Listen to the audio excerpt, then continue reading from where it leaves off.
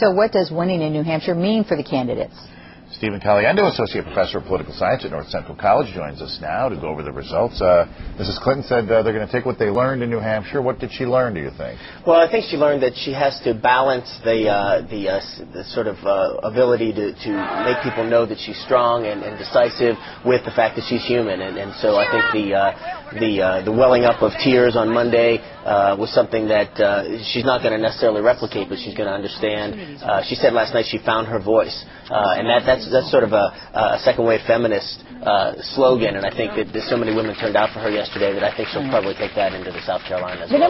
The numbers were still pretty close. Is this Absolutely. a setback for Obama? I don't think it's much of a setback for Obama. I think he would have preferred to win, but when you lose by 2 percentage points in a state that's so competitive and that so many candidates have dumped so much money into, I don't think it's much of a setback. Now, your specialty is race and politics, That's right. and you said earlier that it might be different because in Iowa people basically had to raise their hand and declare who they were going for, where there was some privacy, obviously, in the polls in New Hampshire.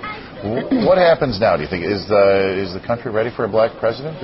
What is your feeling watching these first two? Well, it's interesting. You know, one of the things that we saw Mrs. Clinton do in the last couple of days is make what we know as an implicit racial comment. She talked about all the optimism that Barack Obama was bringing forth, similar to Martin Luther King, but then she said Martin Luther King wasn't able to get anything done until LBJ signed the Civil Rights Act. And the suggestion there is, you know, black folks can talk all they want, but until a white person comes along to help. I mean, and so that's very subtle, but those kind of things may play very well in places that where people hold a lot of racial predispositions. It's interesting to me that we're already, practically putting some campaigns to bed, Edwards, if he doesn't do well next. He's going to have to step up. Whereas people like Rudy Giuliani, he really hasn't even started yet. So what's the strategy?